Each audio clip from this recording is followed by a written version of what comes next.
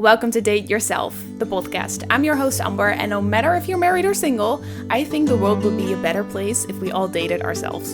During this podcast, we discuss being unapologetically yourself, ditching the bullshit, and tuning into more peace by making joy a choice. Through listening to this podcast, you might create a lifelong glow up, just saying. It's time you start appreciating yourself more and date yourself. Hi you guys, welcome back to episode 11 of the Date Yourself podcast. Thank you so much for tuning in.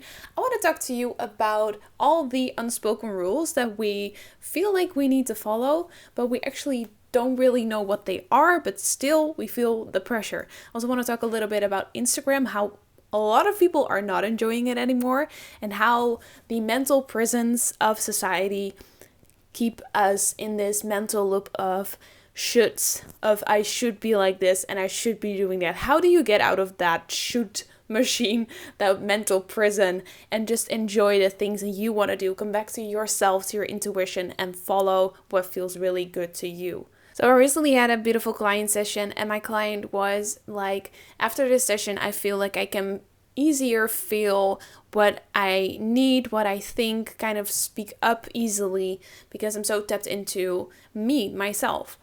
And I feel like that is where a lot of us kind of lose ourselves, right? We're not that tapped in because we're so consumed by everything that's going on outside of us.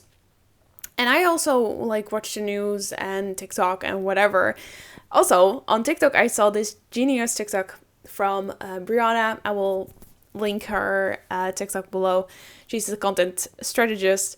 She talks about these unspoken rules that we have for each other.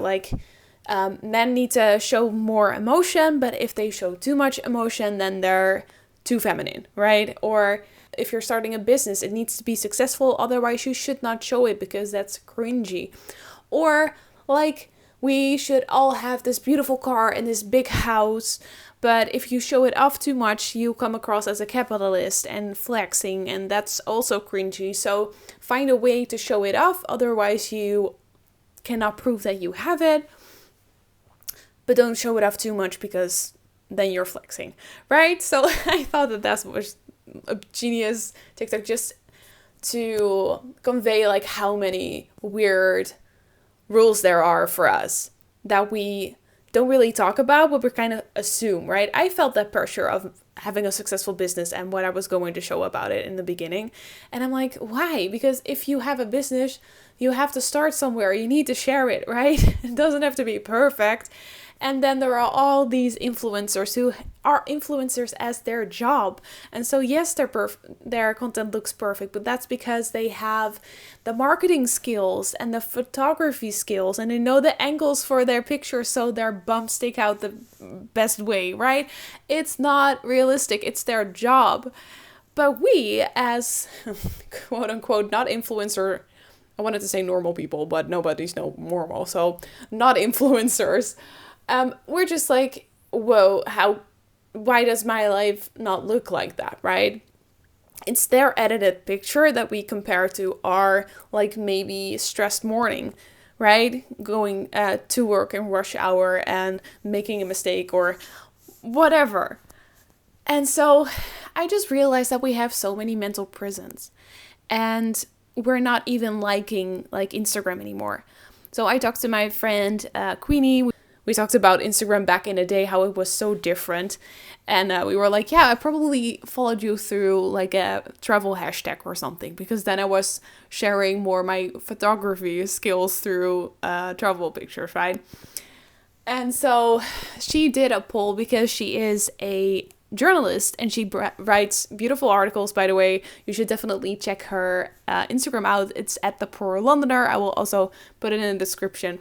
But yeah, she does a lot of cool travel videos, and she's also written for some major publications like BuzzFeed, The Brown Girl magazine, even Lonely Planet. She also interviewed some major celebrities, so she's pretty cool.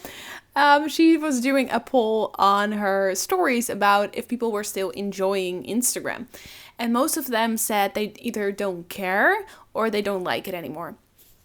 And we also talked about, because I found this so super interesting. She's going to write an article about this. I will link it if it's done. Definitely going to read this as well, because It kind of shocked me, but it also did not shock me because I'm also feeling a little indifferent about Instagram these last few years since the algorithm changed. It's like we're all fighting the battle against the algorithm because we all want to be seen as like small business owners. We have to stay in the game to be order to get more eyes on our work, right? But Instagram is just kind of making it really hard on us. And so she also said a lot of small business owners feel burned out because of this, because they just feel like they cannot keep up. And if they don't post every day, the algorithm is like going to hate them and not show their work anymore, right?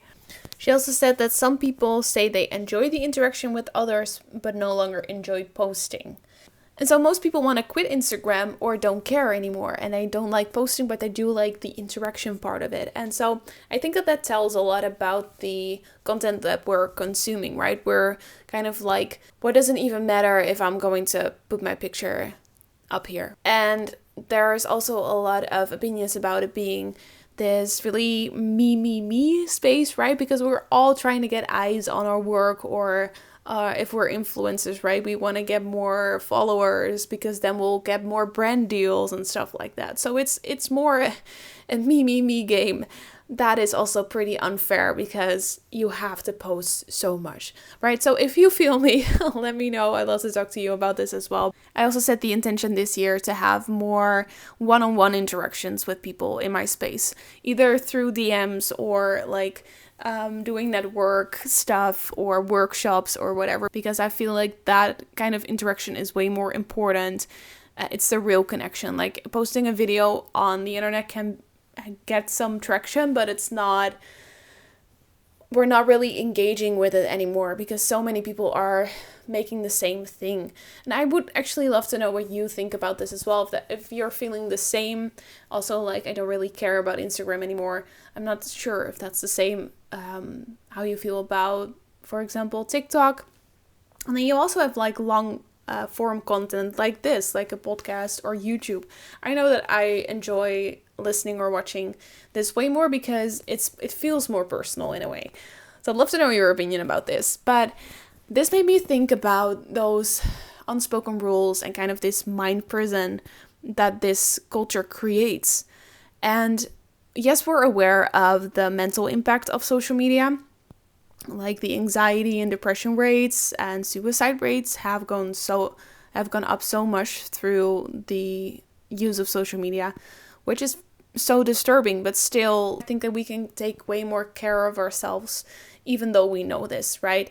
And so I want to ask you 2 questions, and these questions can be a little bit hard, but as always, knowledge is power, right? So the first question, if you are playing this game with social media, but also if you have a lot of shoulds that you notice within yourself, like I should look like this, I should be doing this, or I should portray myself as this.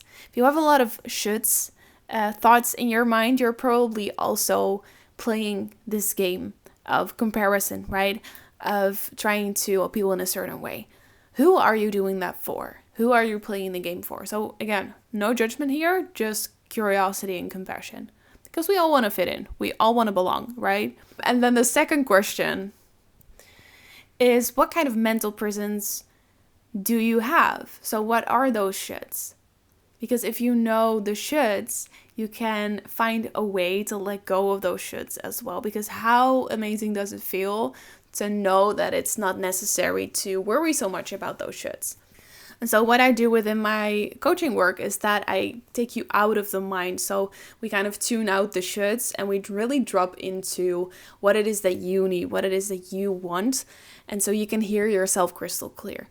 Sometimes we just get away from ourselves so much that it's really hard to step into our essence, right?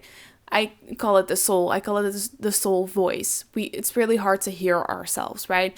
Because of those shoulds. We're so focused on the outside, and this can come through social media or societal pressure, like these ridiculous unspoken rules, that it's so hard to know what it is that we need, or what road to take, or what to say, because we might just be questioning ourselves, questioning everything that we are doing, questioning if we're good enough, questioning if we are making the right choice, right? And I would love to empower you to instead of consuming all of this content and these shoulds and listening to that, to also take a moment to listen to yourself. If you're going to consume a lot, if you're going to be listening to all those shoulds, why not also considering listening to yourself as well? Because although outside noise is just other people's opinions and expectations, but what about you? Because I hope that you have answered that you are playing this game for yourself, not for other people. If you are playing this game for other people, you're not going to win. I promise you, because it can never be good enough, right? We've seen it through social media.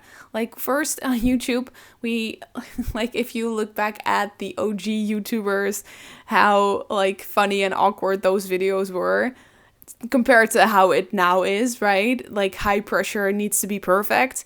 It's never going to be good enough, right? And so let that sink in. You're not going to win that game. So why aren't you playing it for yourself? I just want to help you see how your energy can be directed to you, creating your beautiful life. But if you want to do that, it's really hard if you're so connected to those shoulds and those unspoken rules, those mental prisons, because those shoulds can be there. But like, if you're going to be this version that other people want you to be, are you enjoying that? Is that what you want your life to look like, right? And I know that I've struggled with this as well, but when my grandmothers died and my grandpa, and like quickly after each other, so it was such a shock to, I was like 11 at that time. So I got to know death then for the first time when I was 11. I was like, shit, like my life can end in an instant, right? And so this kind of became this awakening. You see a lot of people who experience the loss of a loved one and then kind of awaken to, okay, but who am I living this for, right? And that has certainly been my experience. But you don't need to wait for someone you love to die to just experience life your way. Dating yourself is all about not waiting for someone else to do the things that you love to do, not waiting for someone else to love you, but to love yourself, because people come and go, right? And it's our job to make ourselves happy, right? Joy is a choice, I say, because yes, there might be a shit show happening in your life, but still you can focus on one thing that you're grateful for and then build from there, right? And you don't have to pretend that everything is perfect. Nothing ever is, right? And at the same time, everything is perfect because it is just the way that it is, and that is perfect.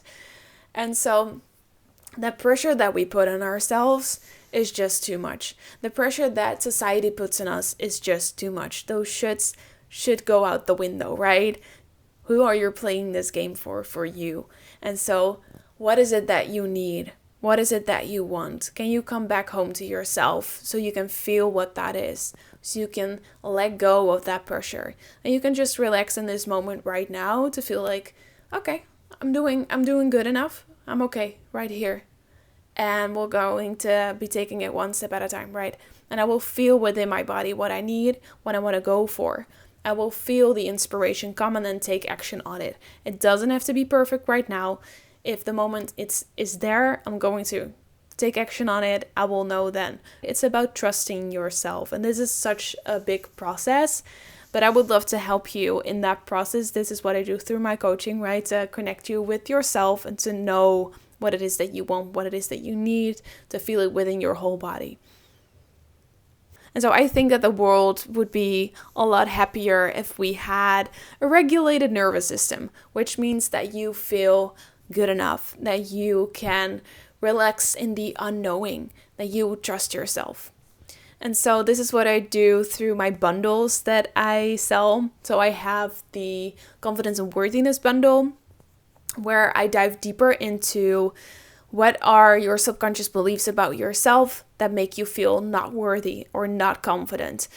Because I've learned through doing this myself that you can let go of those memories, you can let go of those beliefs that made you feel not worthy, that made you feel not confident. And that might be societal pressure, but that might be something that happened a long, long time ago, right? And so we release this through workshops and EFT tapping videos, meditations that I've put in this bundle. That's why it's a bundle.